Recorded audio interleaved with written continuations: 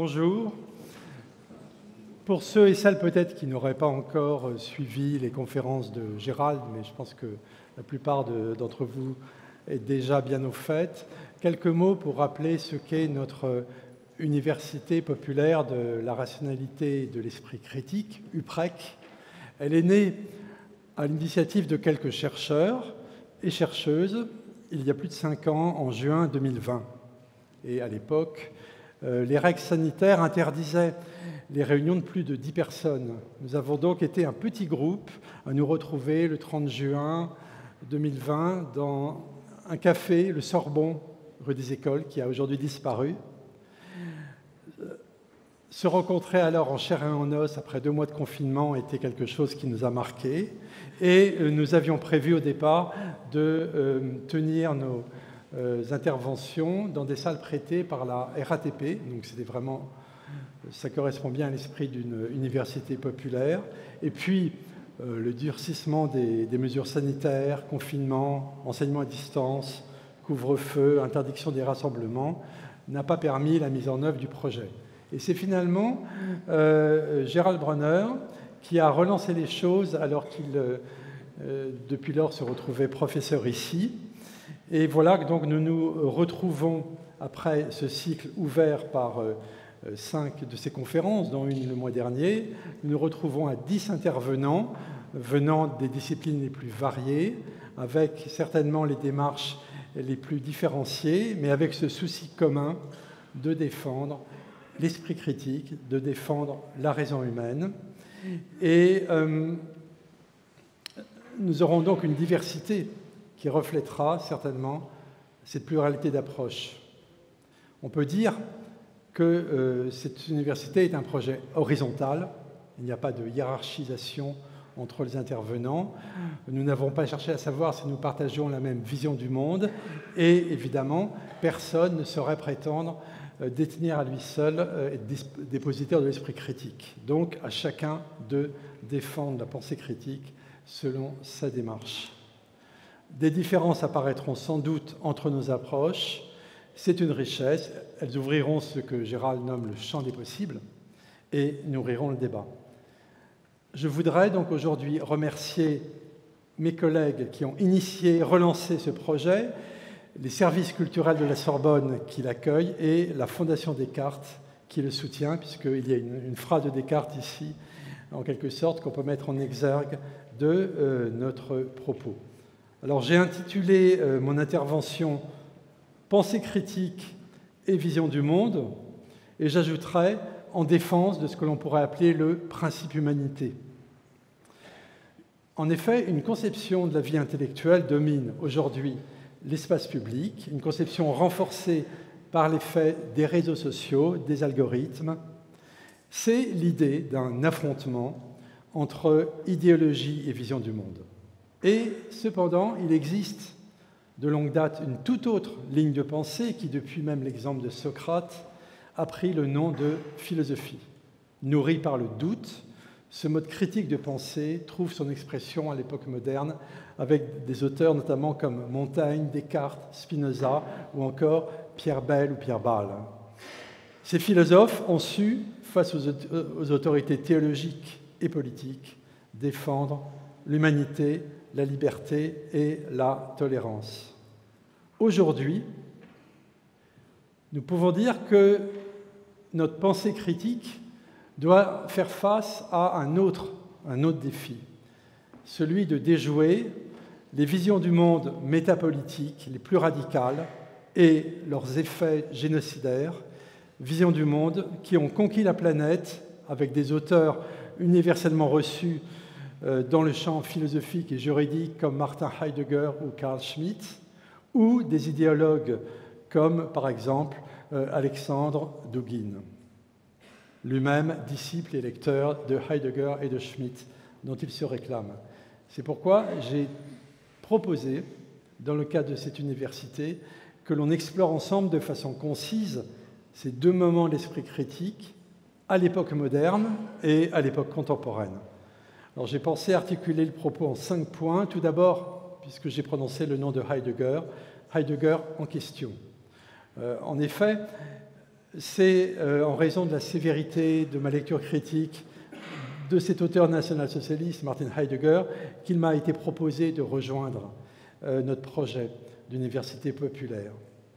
Les analyses que j'ai développées ont été publiées dans un livre intitulé « Heidegger, l'introduction du nazisme dans la philosophie », donc un livre qui est déjà une thèse par son titre, et ensuite par une série d'études liées à des discussions internationales et à la parution depuis 2014 d'une sorte de journal de bord à l'époque nazie de Heidegger, c'est Cahiers noirs. Je dirais donc tout d'abord quelques mots de cette critique pour en préciser les enjeux. Alors rappelons que Heidegger est mis à la mode, peut-on dire, en 1943, au milieu de l'occupation par Jean-Paul Sartre, dans L'être et le néant. Sartre met Heidegger au même niveau que des philosophes comme Hegel et Husserl. Puis, il va être ensuite, après 1945, défendu par Jean Beaufret, le destinataire en 1947 de la Lettre sur l'humanisme de Heidegger.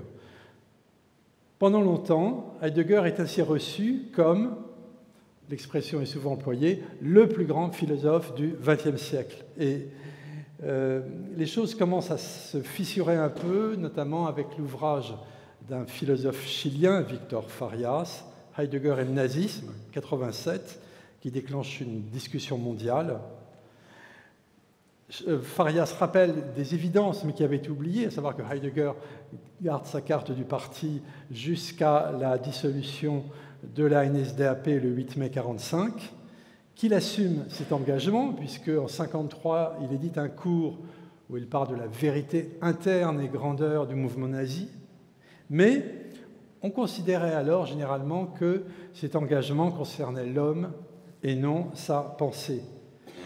C'est sur ce point qu'a porté donc l'analyse que j'ai proposée au débat, puisque au début des années 2000, la découverte de séminaires inédits et en même temps l'apparition de cours hallucinants des années 33-34 m'ont conduit à reconsidérer cette séparation entre l'homme et la pensée et l'œuvre.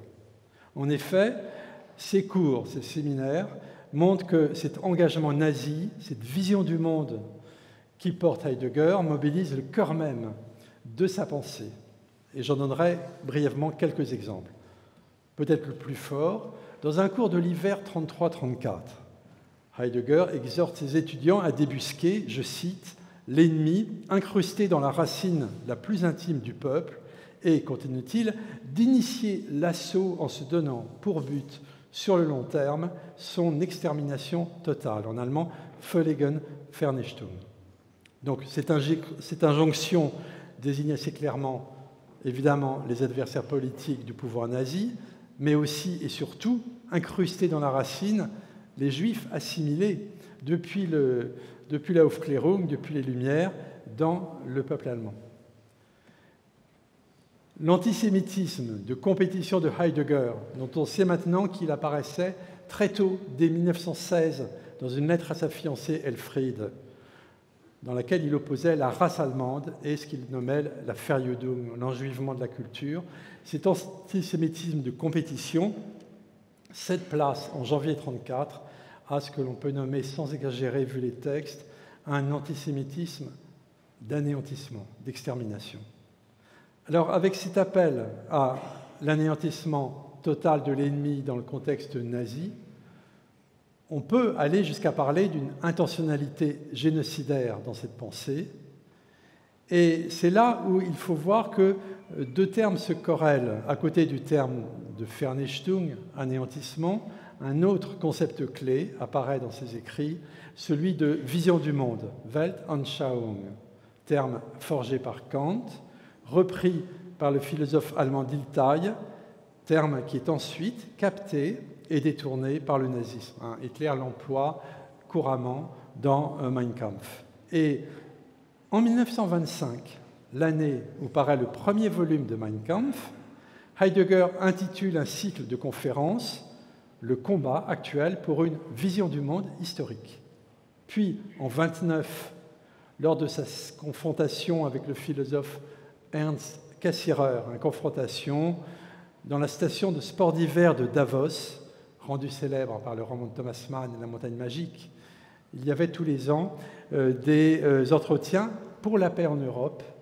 Mais là, la confrontation entre Cassirer et Heidegger est rude, et Heidegger affirme ceci, je cite, « La philosophie n'a pas pour tâche de fournir une Weltanschauung, une vision du monde, c'est au contraire la vision du monde qui conditionne l'acte de philosopher. » Ce qui veut dire que la philosophie a perdu son autonomie, qu'elle devient tributaire de la vision du monde qui la détermine.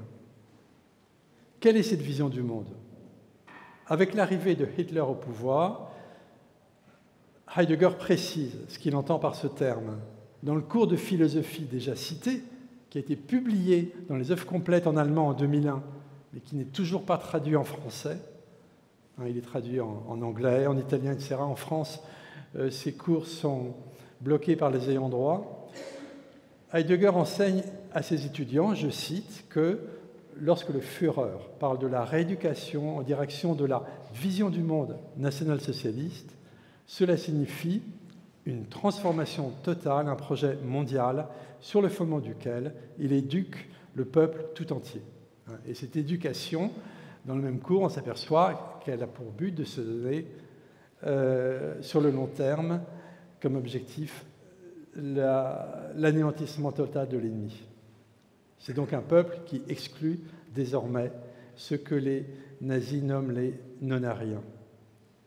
Alors, de façon très intéressante, dans le dialogue entre philosophes, sociologues, etc., Pierre Bourdieu, dans son essai intitulé « L'ontologie politique » de Martin Heidegger, a très bien perçu ce qu'il nomme les stratégies de dissimulation, les euphémismes de cet auteur, et sous l'apparente dépolitisation de son langage avant 1933, il montre comment Heidegger introduit déjà un contenu idéologique radical dès 29 dans Être et temps. Pour Bourdieu, cependant, cette critique sociologique de Heidegger implique une remise en cause de la philosophie elle-même, dans la mesure où, pour lui, l'auteur d'Être et temps incarne le philosophe par excellence. Et là, j'esquisserai un dialogue. Bourdieu n'est pas là pour répondre, mais ses thèses sont présentes. C'est-à-dire que je reconnais pleinement la pertinence de ces analyses, avec cependant des conclusions différentes. En effet, dès 1934, dans ses cahiers noirs récemment publiés, Heidegger proclame la fin de la philosophie. Celle-ci, dit-il, doit céder la place à la métapolitique du peuple historique. Et c'est très intéressant de le voir utiliser ce concept de métapolitique qui va être réutilisé après 1945 par la nouvelle droite pour restructurer l'extrême droite européenne. Vous savez qu'il y a même une sorte de Wikipédia d'extrême droite qui s'intitule Métapo. Ce thème donc de la fin de la philosophie, on le retrouve après 1945 dans la lettre sur l'humanisme. Heidegger conclut en laissant entendre que la philosophie est achevée, qu'elle doit laisser place à ce qu'il nomme la pensée. Alors là, évidemment, c'est un mot plus majestueux que métapolitique.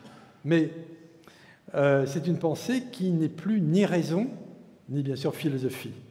Et on se rappelle son programme formulé en 1929, lorsqu'il parlait à Davos de, je cite, une guerre à mort contre le rationalisme. C'est un programme qui vise la destruction même du philosophé, dont il dit que c'est le pire danger, etc. Dès lors, telle est la question que je pose, tel est l'enjeu peut-être pour Heidegger, l'un des enjeux, peut-on encore qualifier de philosophie une vision du monde qui porte en elle une intention exterminatrice et génocidaire, en se donnant pour fin l'anéantissement total de l'ennemi, et qui, en même temps, déclare la philosophie parvenue à son terme? À mes yeux, non. Et donc, les textes cités, bien d'autres encore, m'ont conduit à conclure que l'œuvre de Heidegger ne s'inscrit pas comme l'un de ses apports majeurs dans l'histoire de la philosophie, mais bien plus dans l'histoire du nazisme et de sa vision du monde. Alors évidemment, c'est une thèse faites pour être débattues. En réalité, les défenseurs de Heidegger ont rarement opposé une argumentation de fond à ces thèses critiques. Je me suis plutôt heurté à des formes de déni, à des arguments d'autorité ou aux deux conjugués. Le déni consiste en général à contester l'authenticité. Au début, quand j'ai publié ces séminaires inédits, le bruit courait sur les blogs que c'était des faux, j'aurais inventé des faux, ou la traduction ou le sens des textes en pinaillant sur les détails pour éluder finalement les passages accablants. Le texte sur l'anéantissement total de l'ennemi, je ne l'ai quasiment jamais vu discuter, à une ou deux exceptions. L'argument d'autorité, alors là, évidemment, ça porte, parce que la réception de Heidegger est mondiale. Et des philosophes éminents, comme Jean-Luc Nancy ou Badiou, m'ont objecté que tous les grands philosophes français du XXe siècle, alors la liste est longue, auraient été marqués par Heidegger. Preuve supposée de sa grandeur. Alors évidemment, dans cette liste, ils en oublient pas mal, on oublie Jean Kelevitch, etc. On pourrait faire une contre-liste, mais je pense que le problème n'est pas là. On ne juge pas la grandeur d'un auteur par sa réception. Ou à ce moment-là, je veux dire, Hitler sera le plus grand, Mein Kampf s'est vendu à des millions d'exemplaires, et pourtant, bon... Alors je prends un exemple radical, mais... Pour rester dans l'argument d'autorité, avec un petit peu plus d'humour, j'en citerai la version la plus triviale, c'est celle formulée par Jean-Luc Marion en 2006, quand Heidegger a été pour la première fois mis au programme de l'écrit de l'agrégation de philosophie par son disciple Vincent Carreau. Marion avait alors prononcé une phrase stupéfiante qui avait été transcrite et authentifiée sur un blog du Monde.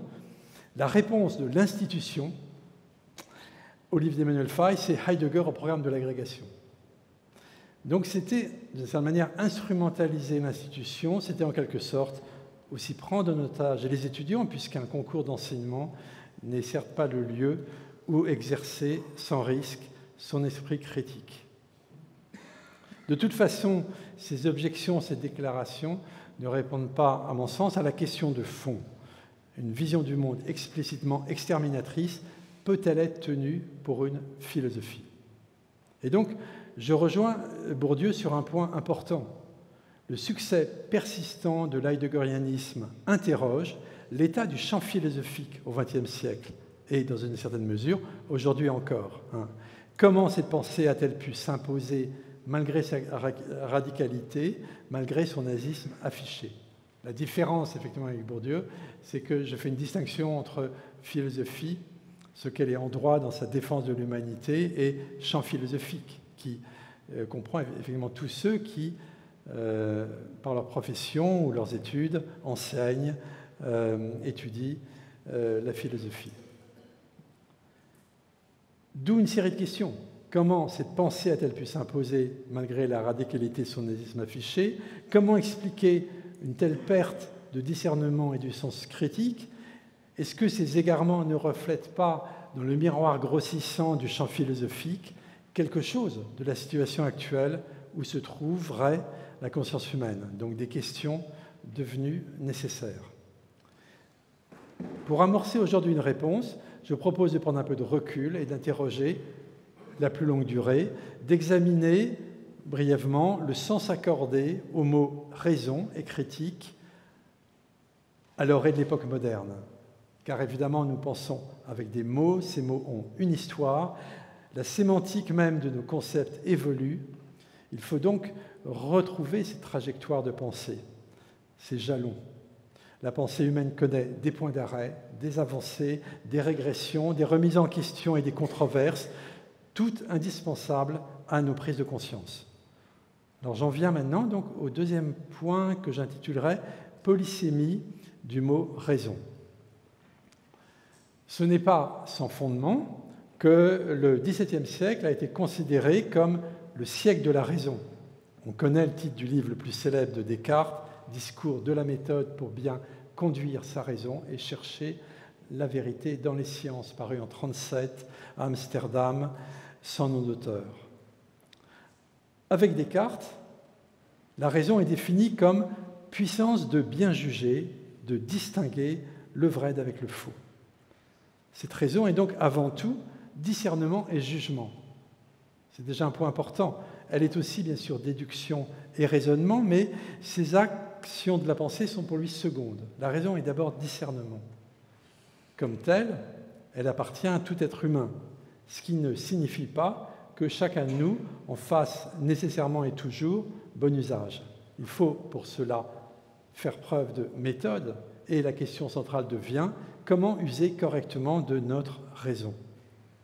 Dans un petit texte inachevé et posthume, mais encore plus complet sur ces questions, les règles pour la direction de l'esprit, Descartes affirme dans la première règle que les études servent à développer la lumière naturelle de sa raison.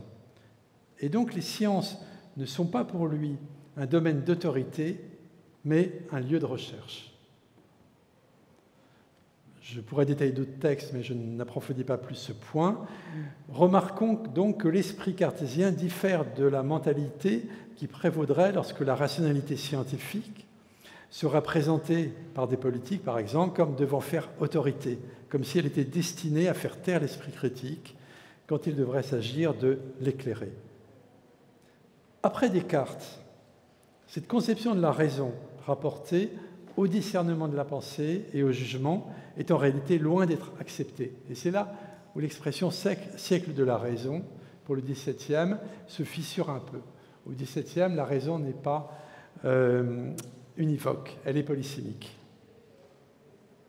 Historiquement, tout d'abord, 1663, l'œuvre de Descartes est mise à l'index par le Saint-Office. Début des années 70, Louis XIV interdit de l'enseigner dans les collèges de France. Et en 78, Nicolas Malebranche, prêtre de la congrégation de l'Oratoire, publie sa volumineuse « Recherche de la vérité ». Son projet est-il cartésien? D'un côté, son titre reprend, sans le dire, celui d'un dialogue inachevé et alors inédit de Descartes qu'il avait pu consulter en manuscrit. Dialogue dans lequel Descartes érige en premier principe le doute pyrrhonien, revivifié par Montaigne dans ses essais, doute qui permet à chacun de prendre conscience en tant qu'il doute qu'il pense. Le cogito cartésien dans ce dialogue s'appuie encore plus explicitement sur le doute que dans le discours de la méthode. Si l'on regarde de près l'opus de Malebranche, on s'aperçoit qu'en réalité, il modifie, on peut même peut-être dire, il altère profondément la signification de la formulation cartésienne. En effet, Malebranche écrit « raison » avec une majuscule, avec un grand R. Il l'absolutise, il la théologise, et pour lui, la raison s'identifie au verbe divin. Ce n'est donc plus, comme chez Descartes, une capacité propre à l'être humain. Dans la théologie philosophique de Malebranche, l'esprit humain ne fait que consulter la raison universelle, dite éternelle et immuable. Elle a perdu donc toute dimension humaine, toute progressivité. Cette raison ne faisant qu'un avec le Verbe divin, l'esprit humain ne peut que s'y conformer. Historiquement, j'ajouterai un mot sur le contexte historique dans lequel se forme la théologie rationalisée de Malebranche, telle qu'il expose en 1680 dans son traité de la nature et de la grâce. L'oratorien y affirme que Dieu, je cite, ne pouvant agir que pour sa gloire, n'a pu avoir d'autre dessein dans la création du monde que l'établissement de son Église. Donc cette théologie rationnelle dans la forme, mais dogmatique dans le fond, ne favorise visiblement pas le pluralisme religieux, ni donc la tolérance. Et c'est dans ce contexte intellectuel que Louis XIV révoque en 1685 l'édit de Nantes de 1598, édit qui avait mis fin à près d'un siècle de guerre de religion, de guerre civile en France. Sa révocation entraîne l'exil de plus de 200 000 protestants. Elle s'accompagne de massacres, de conversions forcées, de condamnations aux galères. Alors, il ne s'agit pas d'imputer une responsabilité directe au rationalisme théologique de Malebranche, qui va lui-même donner lieu à d'âpres controverses.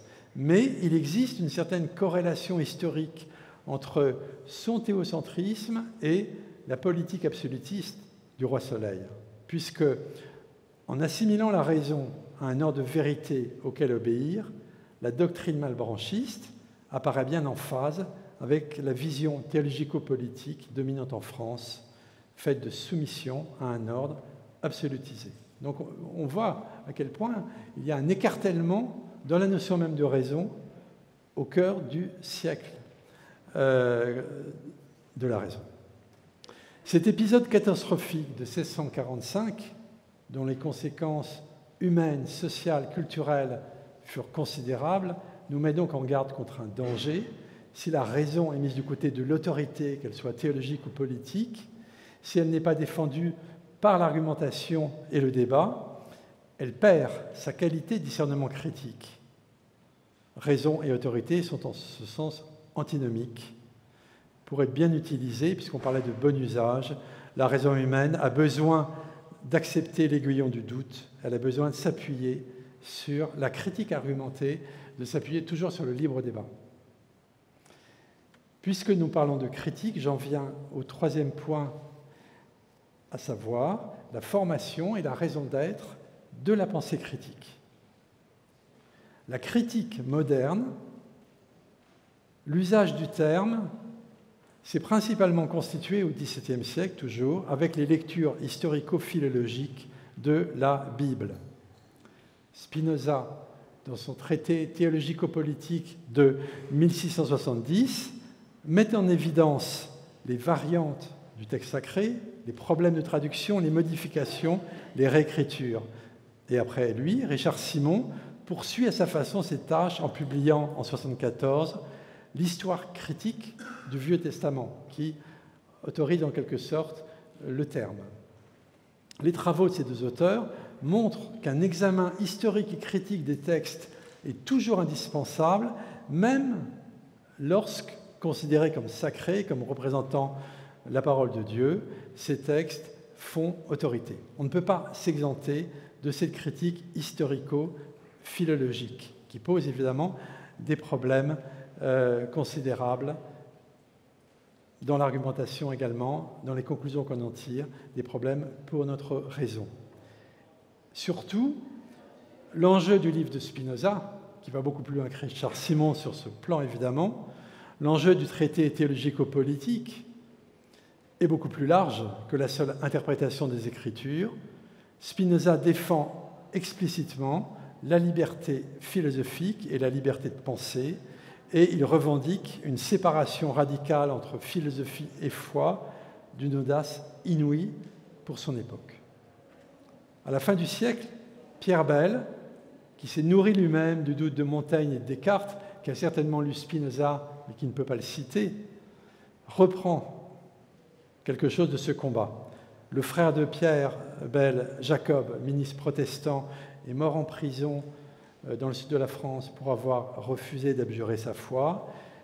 Pierre Bell, marqué par cet événement, réfugié à Rotterdam, critique la raison dogmatique et défend la tolérance.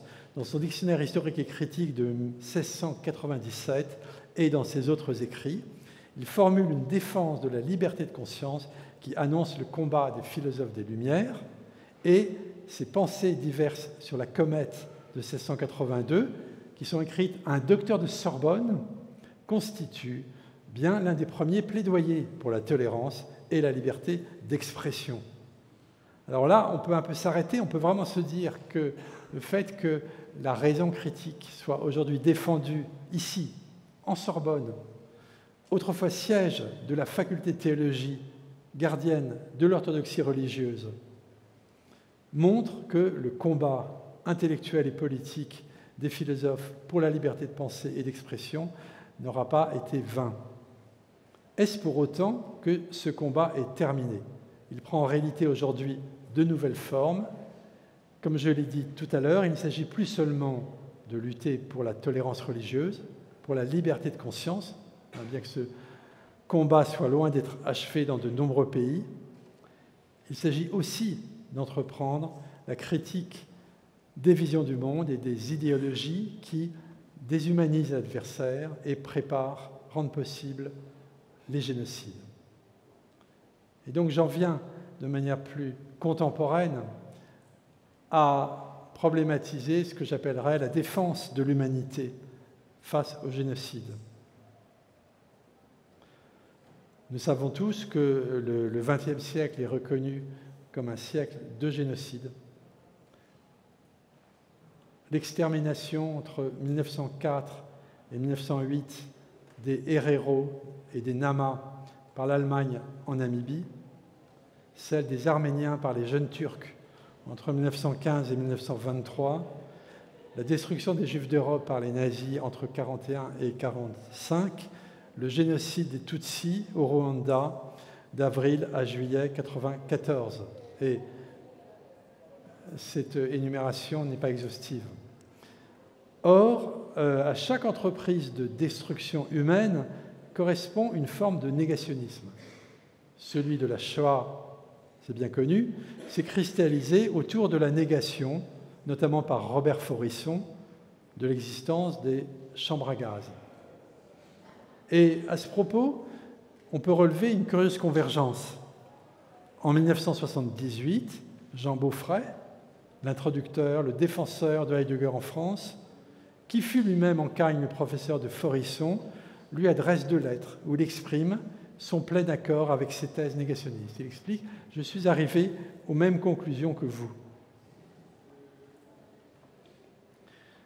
Le génocide des Tutsis que nous avons évoqué pose pour sa part un redoutable problème, celui que l'historien des Grands Lacs, Jean-Louis Chrétien, a qualifié de complicité énorme.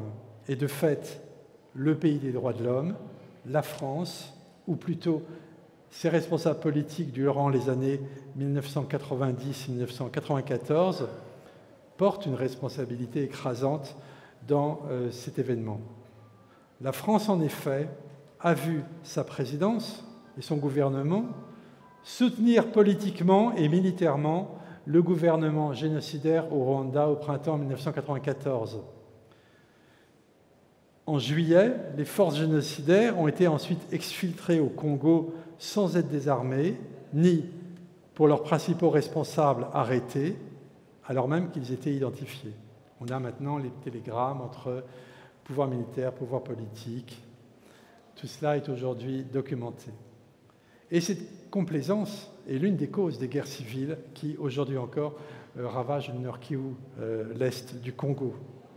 Ce n'est pas la seule cause, mais c'en est une. Près de 40 ans après les faits, la responsabilité française est officiellement reconnue, tandis que la question de la complicité objective est éludée. Après examen des archives militaires, diplomatiques et politiques, le rapport remis par l'historien Vincent Duclercq a en effet conclu à une responsabilité lourde de la France. Je mentionne aussi le génocide des Tutsis, dans la mesure où il représente un événement majeur dans l'évolution du droit international, puisque la première condamnation pour génocide a été prononcée à son propos le 2 septembre 1998 par la Cour pénale internationale pour le Rwanda. Et si la notion de crime contre l'humanité, élaborée par le juriste Hans Lauterpacht, avait été mobilisée dès le procès de Nuremberg, je rappelle que celle de crime de génocide, forgée au même moment par un autre juriste, Raphaël Lemkin, n'est entrée dans le droit international qu'avec la Convention de l'ONU de décembre 1948, ratifiée 2 ans plus tard, Convention pour la prévention et la répression du crime de génocide. Convention qui oblige en droit tous les États à intervenir pour le prévenir lorsqu'est constaté le risque de génocide. Et donc, désormais, le droit international a intégré la notion d'une humanité dont il faut défendre la dignité et le droit à la vie. Rappelons que lors des conférences de paix qui avaient suivi l'armistice de 1918 après la Grande Guerre, la Commission des responsabilités des auteurs de la guerre et sanctions avait esquissé en 1919 déjà la notion, je cite, de crimes commis contre les lois de l'humanité. Ces crimes étaient déjà distingués des seuls crimes de guerre, mais c'est seulement après 1945, face à l'exceptionnalité des crimes nazis, que cette notion est devenue catégorie du droit international. J'évoque ici le travail des juristes. Que peut la réflexion philosophique n'a-t-elle pas pour vocation de contribuer à nourrir la réflexion sur cette notion d'humanité qui était jugée en 1919 trop indéterminée et qui, en 1947, est rentrée dans le droit international. L'humanité que l'on doit prendre, me semble-t-il, en ces deux significations majeures. D'une part, l'ensemble de nous tous, l'ensemble de tous les êtres humains. Également, quand on parle de faire preuve d'humanité, l'absence de cruauté, la solidarité, la compassion. Il s'agit donc de penser conjointement ces deux sens du terme, la prise de conscience de notre humanité commune, dans la mesure où elle est déterminante pour susciter solidarité, compassion à l'égard des autres êtres humains. Et on peut faire ici retour vers ces époques, ces auteurs qui ont été tout à l'heure nommés au début de l'époque moderne, les essais de Montaigne, témoins des guerres de religion, contemporains de la conquête du Nouveau Monde, Montaigne pour qui chaque homme porte la forme entière de l'humaine condition. Ces essais représentent un plaidoyer remarquable contre la cruauté engendrée notamment parce qu'il nomme le zèle religieux et le fanatisme. Descartes, après lui, a éclairé la pensée avec la notion de générosité, qu'il prend dans un sens extrêmement fort. Générosité, rappelons que cela vient de genus, le genre, ici, le genre humain. Donc cette générosité est ce qui constitue notre humanité. Pour Descartes, généreuse ou généreux est celle ou celui qui reconnaît que chacun dispose d'un libre arbitre, d'une liberté qui constitue ce qu'il nomme la summa hominis perfectio, la plus haute perfection humaine. Il importe également, contemporain des deux auteurs cités, de mettre en lumière l'apport humain des femmes philosophes au début de la modernité. On peut citer déjà exemplairement deux noms, Marie de Gournay, choisie par Montaigne comme son exécutrice testamentaire, qui a su défendre l'égalité des hommes et des femmes, titre de son essai majeur, ou encore Élisabeth de Bohème, qui, par la pertinence de ses critiques, par l'acuité de ses interrogations, pousse Descartes à développer ce qu'il ne voulait pas faire, à savoir les éléments d'une philosophie morale et politique. Il y a notamment une lettre sur Machiavel où Descartes revient à sa manière, qui n'est pas celle de Carl Schmitt, sur la distinction ami-ennemi. Au siècle suivant, moment majeur, moment bien connu, Kant formule pour sa part un impératif célèbre, celui d'agir de telle sorte que tu traites l'humanité en toi-même et en autrui, toujours comme une fin, jamais comme un moyen. Évidemment, c'est un autre but, c'est une autre fin que celle que se donne Heidegger dans ses cours. Cependant, plutôt que d'un impératif, comme le dit Kant, n'est-il pas en réalité question d'un principe, peut-être plus fondamental encore que les seules prescriptions d'une morale du devoir? Selon une formation voisine de celle par laquelle Hans Jonas parle d'un principe responsabilité à l'égard des générations futures ou Hans Bloch d'un principe espérance, ne pouvons-nous pas parler d'un principe humanité?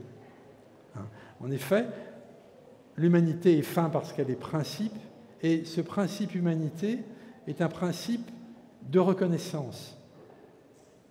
Il signifie que dans nos pensées comme dans nos actes, nous mettons au fondement de notre considération des autres leur humanité, que nous reconnaissons cette humanité commune avant toute distinction de langue, de religion, de culture ou d'appartenance ethnique. Cette rationalité du principe humanité repose donc sur son universalité. Voilà qui peut-être pourrait aller de soi et voilà qui pourtant a été extrêmement contesté à l'époque contemporaine. Et j'en viens à ce propos à mon cinquième et dernier point, la critique des visions du monde exterminatrices à propos du juriste Carl Schmitt, et je parlerai également un peu de Dugin. En effet, la référence à l'humanité dans le droit international a été remise en cause, et l'un de ses plus célèbres détracteurs est précisément Carl Schmitt, ce juriste national-socialiste qui adhère en même temps que Heidegger le 1er mai 1933 à la NSDAP. Schmitt, dès la fin des années 20 dans le concept du politique, s'était opposé à l'usage de la notion d'humanité. Selon lui, parler d'humanité dans un contexte de guerre reviendrait à introduire une discrimination. Ceux qui se réclament de l'humanité considéreraient leurs ennemis comme inhumains, ceux qui ouvriraient la voie à des guerres d'extermination. Donc la critique est rude. Et Schmitt cite un mot de Proudhon, qui a un tout autre contexte, Proudhon qui a dit « Qui dit humanité veut tromper ». Mais il faut voir ce qu'en fait ici Schmitt. À l'argument de Schmitt, on peut lui répondre que son raisonnement repose sur un sophisme. Car en réalité, le concept d'humanité en droit international ne vise nullement à exclure, mais à inclure. Il repose sur le principe fondamental de l'égalité naturelle entre tous les êtres humains. Par nature universelle, il ne peut donc pas être discriminatoire. Et c'est cette idée d'une humanité commune qui justifie aujourd'hui la nécessité de prévenir, d'identifier, de punir crimes contre l'humanité et génocide. Et d'ailleurs, à l'opposé, le régime nazi n'a jamais eu besoin d'invoquer le concept d'humanité pour exterminer les Juifs d'Europe. Tout au contraire, c'est la notion d'ennemi existentiel élaborée, développée par Carl Schmitt, qui pose problème, précisément en raison de sa fonction profondément discriminatoire, et non pas le concept d'humanité qui repose sur son universalité, sa valeur de principe. Parler d'ennemi existentiel revient à considérer l'adversaire comme une menace absolue dont l'existence même justifierait son extermination totale, y compris lorsque cette logique vise une population civile tout entière, les femmes et les enfants. Et il s'agit d'une forme de négationnisme ontologique dans laquelle l'humanité de l'autre et l'égalité naturelle entre les êtres humains ne sont plus reconnues, où toutes les vies humaines n'ont plus la même valeur. Bien entendu, tout terme est susceptible d'être d'un usage dévoyé. Celui d'humanité n'y échappe pas. Mais il s'agit alors d'un problème de mésusage lorsque, précisément, l'universalité en droit du concept d'humanité, sa dimension non discriminatoire, n'est plus reconnue. En allemand, par exemple, il y a deux mots. Il y a Menschheit et Menschentum. Menschheit, c'est l'humanité dans son universalité. Heidegger, par contre, dans ses cours sur Nietzsche, parle parfois au pluriel des Menschentümer, et c'est redoutable. Il distingue une pluralité d'humanité. Et là, évidemment, ça ouvre la voie à tous les dérapages. Alors, Schmitt lui-même, après avoir échappé de peu à une inculpation lors des procès de Nuremberg, il fait quelques mois de prison, Schmitt remet explicitement en cause la notion juridique de crime contre l'humanité qui vient d'entrer dans le droit international. En 1948, dans son journal intitulé « Le Glossarium », il se moque du caractère, selon lui, indéterminé de cette incrimination. Bon, Schmitt est toujours sarcastique, il dit on pourrait aussi parler de crimes contre c'est même pas argumenté de crimes contre l'amour, etc. Il écarte cette notion majeure. En réalité, alors il écarte comme trop indéterminé, mais tout au contraire, la définition pénale en droit international du crime contre l'humanité n'a pas cessé depuis d'être précisée, d'être affinée. Il s'agit aujourd'hui d'incriminer une attaque généralisée ou systématique dirigée contre la population civile qui se traduit notamment par la torture, le meurtre, l'extermination, la déportation ou le transfert forcé de population. Ce concept de crime contre l'humanité ne signifie pas que la personne incriminée n'est plus considérée comme un être humain. Il ne s'agit pas de déshumaniser les tueurs, les tortionnaires et leurs commanditaires, mais tout au contraire, comme l'a parfaitement montré Jean Améry, rescapé d'Auschwitz. Il s'agit, par leur incrimination même, de les réintégrer dans l'humanité commune par le fait même qu'ils ont, comme tout à chacun, à répondre de leurs actes devant la loi. Alors certes, l'exceptionnalité du crime justifie qu'il soit imprescriptible, mais cette différence avec le droit pénal ordinaire ne veut pas dire que l'auteur de crimes contre l'humanité ne serait plus lui-même considéré comme un être humain responsable. Je pense donc qu'il faut aborder avec circonspection les considérations rhétoriques assez répandues sur l'inhumain qui sont souvent développées dans la littérature sur ces questions. Parce qu'en disant que tout le monde a de l'inhumain en soi, etc., on prend effectivement sa part de responsabilité, mais d'une manière qui dérape assez facilement. C'est une rhétorique du pathos, alors que je pense qu'il faut rester quand même sur la précision juridique du concept en le nourrissant d'une réflexion morale, philosophique, tout simplement humaine. Carl Schmitt, pour sa part, a théorisé l'état total, la guerre totale, puis la doctrine des grands espaces, formule qui a servi à justifier la guerre d'expansion et d'extermination à l'est de l'Europe. Et malgré ce lourd passif, depuis les années 60, plus encore depuis une trentaine d'années, il a connu un impressionnant comeback. Beaucoup le considèrent aujourd'hui comme un théoricien politique majeur. Reconnaissance qui ne manque pas de surprendre. Et je voudrais ici donc faire porter la critique sur cette exhaustion de Schmitt dans la théorie politique et dans le droit. En effet, la définition qu'il donne du politique est aussi réductrice que controversée. Elle repose, on le sait, sur la distinction ami-ennemi. Et donc la politique, longtemps entendue comme l'action au service du bien public, comme usage privilégié dans les relations internationales, de la négociation, de la diplomatie, afin d'éviter que les conflits ne dégénèrent en guerre destructrice, laisse place avec Schmitt à la désignation de l'ennemi, avec, ajoute-t-il, la possibilité de sa destruction physique. Il écrit ainsi dans le concept du politique, je le cite, « Les concepts d'amis, d'ennemis, de combat tirent leur signification réelle de leur relation permanente à la possibilité réelle de la mise à mort physique.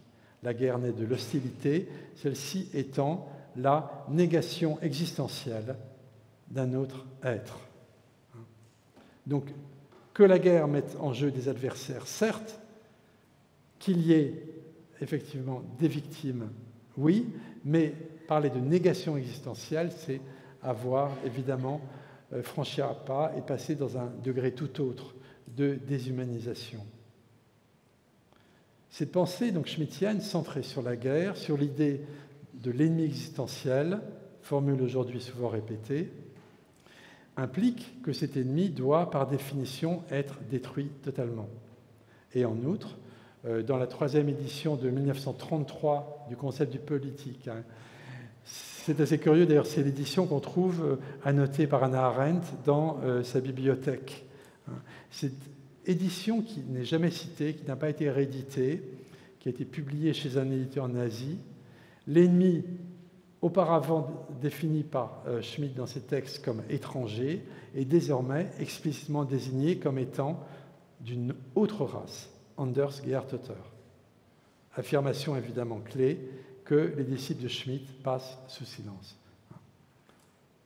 Ça donne évidemment une autre dimension à cette négation existentielle de l'ennemi, si on le pose comme non seulement étranger, mais d'une autre race.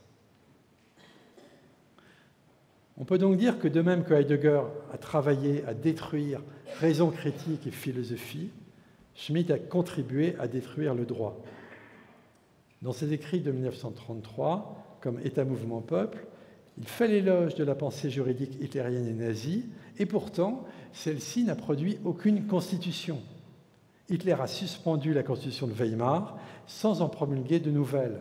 Et cette carence, on peut dire que Schmitt prétend la pallier de façon aussi dérisoire que dramatique pour ses victimes lorsqu'il présente les lois raciales de Nuremberg comme, c'est le titre de son article, une constitution de la liberté. Aujourd'hui encore, néanmoins, Schmitt reste une référence majeure, non seulement pour des idéologues radicaux, mais aussi pour certains dirigeants de grandes démocraties. Tout récemment, en juin 2024, le sénateur J.G.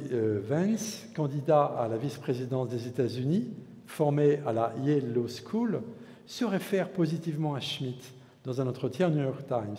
Il déclare à son propos, alors il dit à Yale, tous mes professeurs me parlaient de Schmitt et même les libéraux, et en fait, ils ont raison, il n'y a pas de loi, il n'y a que le pouvoir, et, conclut-il, l'objectif est de revenir au pouvoir. Donc, pas de loi, il n'y a que le pouvoir. Et on sait que, devenu vice-président en 2025, Vance, quelques mois plus tard, se rend à Berlin pour reprocher aux Allemands de ne pas faire suffisamment confiance au parti d'extrême droite, l'AfD. Cette vision du monde où n'existe plus ni droit, ni philosophie, où seul subsiste la force, la capacité de tuer, on la retrouve à l'Est sous une forme particulièrement virulente chez un idéologue comme Alexandre Dugin. Dugin a publié en russe 4 ouvrages sur Heidegger. Il reprend à Schmitt sa distinction entre terre et mer et sa vision des grands espaces en opposant à ce qu'il nomme la thalassocratie atlantiste. Il est très dur, par exemple, contre les surfeurs. Il explique qu'il faut mettre les surfeurs dans un camp de concentration, évidemment parce qu'ils sont un peu trop atlantistes. Alors là, c'est évidemment un niveau qui descend assez bas, mais ça montre la désignation ici d'adversaire prend un tour tout à fait particulier. Mais très sérieusement, le grand projet de Dugin, c'est pour l'Europe l'Eurasie, de l'Atlantique à Vladivostok, l'Eurasie, dominée par la Russie telle qu'il la fantasme. Et ce qui est très curieux, c'est que Dugin, dans ce projet eurasiste, s'appuie sur des nazis allemands qui pourtant ont été ceux qui ont soutenu une guerre dans laquelle il y a eu plus de 20 millions de morts dans le peuple russe. Donc il n'est pas avare de paradoxes. En 2015, j'avais participé à un colloque sur le cahier noir de Heidegger, très passionnant, à l'université d'État Lomonosov de Moscou, organisé par Marlène Laruelle et le département de philosophie de cette université. Et l'année précédente, Dugin avait perdu son autorisation d'enseigner dans cette même institution. Une vidéo où il appelait à tuer tous les Ukrainiens avait choqué les étudiants à tel point qu'ils avaient exprimé leur désaveu par une pétition. Et on avait suspendu la Venia Legendi de Dugin, qu'il a récemment retrouvé. Lors de ce colloque, nous avons été confrontés à un professeur qui défendait ardemment Heidegger et qui, dans sa thèse, avait cité positivement Dugin comme une autorité intellectuelle. Et ce professeur objectait à mes critiques que le national-socialisme spirituel que Heidegger exalte dans ses cahiers noirs n'avait, disait-il, jamais tué personne. Je pense qu'on peut vraiment montrer que la réalité est différente, notamment au niveau même des concepts. Dans un séminaire inédit dont j'ai publié des extraits, Heidegger distingue, toujours en 1934, les Allemands, ceux qu'il nomme les nomades sémites et les Slaves. Et selon lui, ces deux derniers, nomades sémites et slaves, ne sont pas capables de connaître l'espace du peuple allemand. Et donc, il prépare par ces termes la légitimation de la notion redoutable d'espace vital qui va s'imposer à la fin des années 30, comme à la fin des années 30, lui-même va forger un concept très problématique, celui de Wesensrecht, du droit de l'essence, qui est à nouveau le droit du seul peuple métapolitique, du seul peuple historique, du peuple allemand, ou plutôt de ce que les nazis en ont fait. J'en viens à mes conclusions. À quelques conclusions que je vous soumets.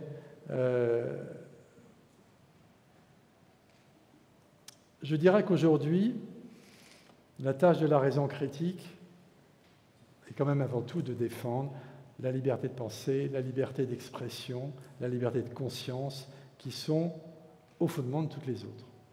Mais il importe aussi de réfléchir aux causes profondes des visions du monde radical, ainsi qu'à leurs effets. J'ai cité 2-3 noms, Heidegger, Schmitt, il faudrait évidemment aller beaucoup plus loin. dans l'investigation, dans la pluralité des continents et des manifestations de tels modes de pensée. Car ce sont ces visions du monde radical qui rendent possibles les mentalités génocidaires, les complicités, les dénis qui les accompagnent. Il n'y a pas de passage à l'acte sans une intention préalable. Et là, il importe d'affronter les plus terribles paradoxes. À nouveau, je reviens au fait qu'il nous faut nous demander comment le pays même qui a proclamé la Déclaration des droits de l'homme, qui est texte toujours fondateur de notre Constitution, a pu soutenir un gouvernement ayant mis en œuvre le dernier grand génocide du XXe siècle, celui des Tutsis au Rwanda.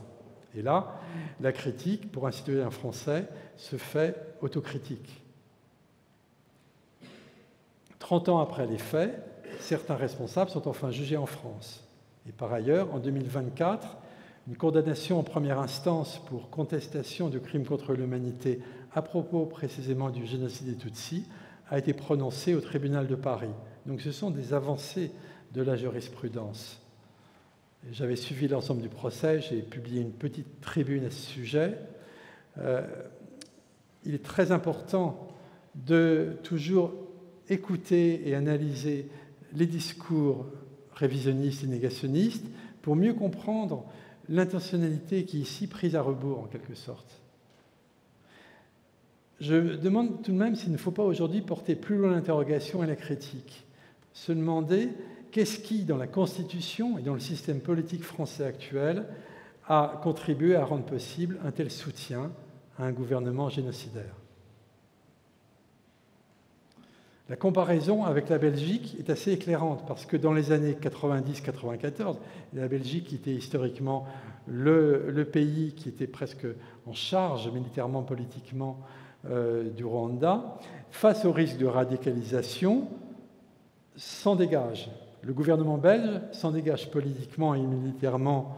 Et dans les entretiens qui ont été publiés, on voit que le Premier ministre de l'époque savait qu'il risquait d'être renversé par son Parlement s'il continuait de soutenir un pouvoir radicalisé à Kigali.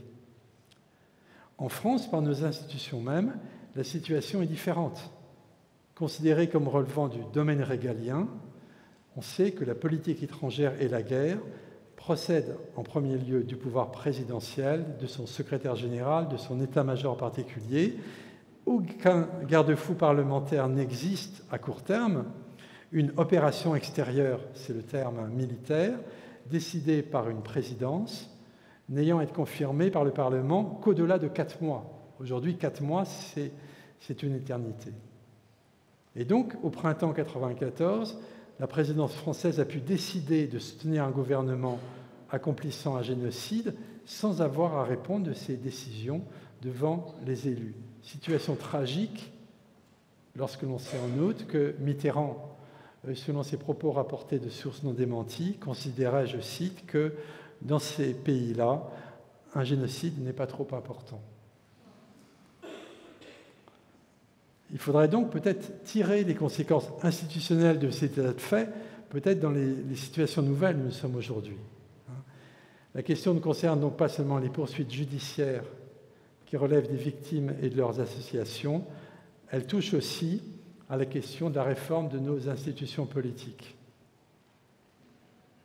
Alors je peux difficilement conclure aujourd'hui, 7 octobre, sans dire un mot du fait que le 7 octobre est la date anniversaire du massacre commis par le Hamas en Israël il y a 2 ans. Il faut rappeler les crimes alors commis contre des civils israéliens. Il faut rappeler les prises d'otages qui ont suivi.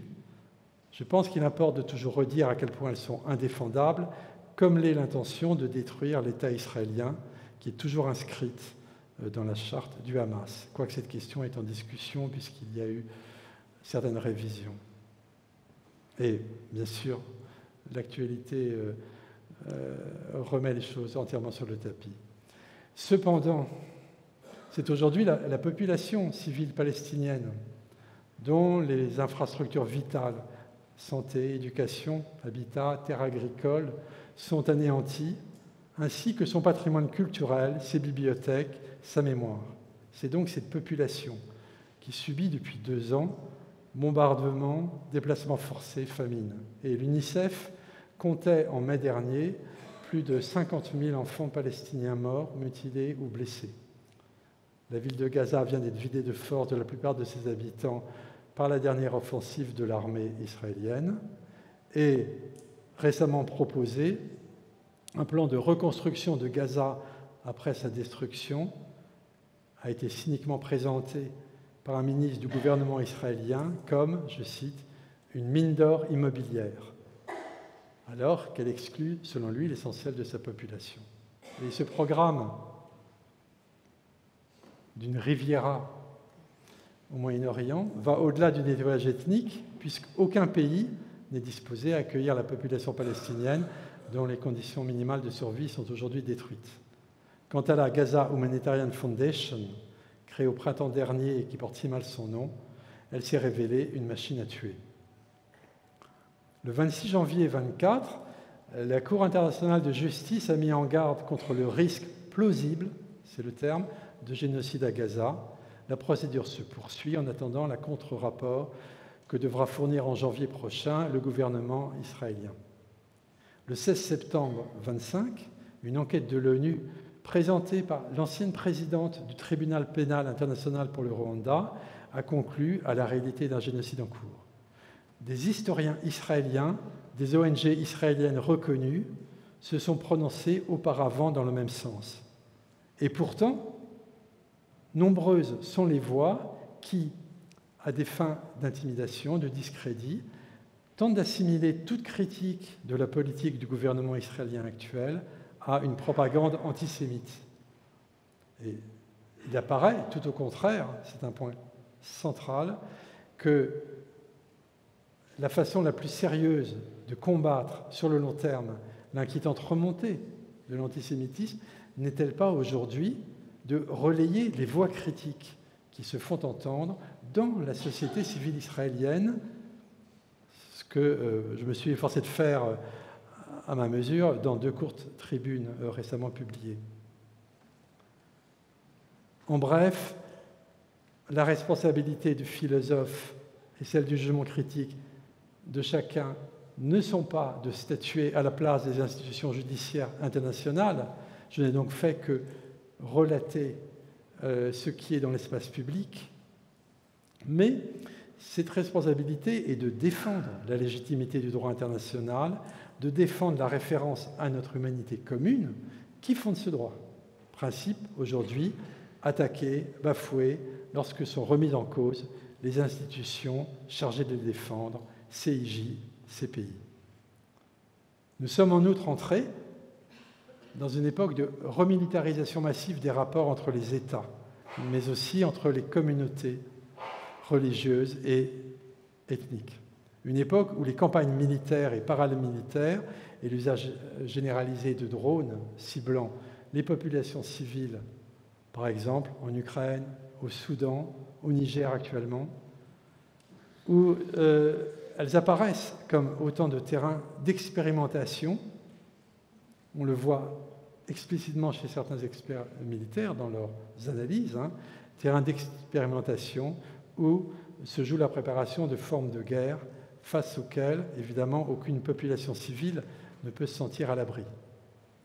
Réagir à ce péril par un réarmement massif des États peut apparaître indispensable, en Europe notamment, mais cela ne peut que renforcer cette nouvelle logique de guerre. Je pense toujours au dilemme de Jean Guéhenno au moment de l'armistice de juin 40.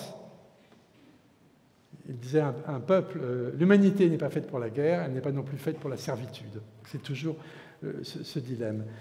Mais justement, il importe d'affronter ce dilemme, il est vital, il est urgent de répondre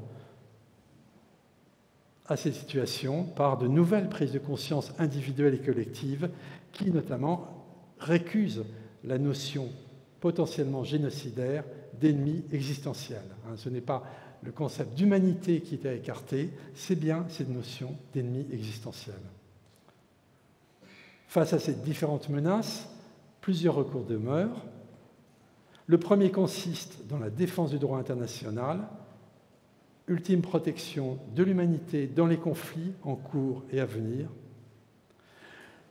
Le second repose sur le respect de la libre expression de la raison critique qui, à la différence de la propagande, s'ouvre à la discussion, nourrit le débat public et reste indispensable à toute société humaine. Le troisième et le plus fondamental de ces recours, et je conclus sur lui, réside dans la volonté de sortir du cycle de haine en rappelant que, par-delà nos différences de culture, de langue, de religion ou de ce qu'on appelle ethnie, nous appartenons tous à la même humanité.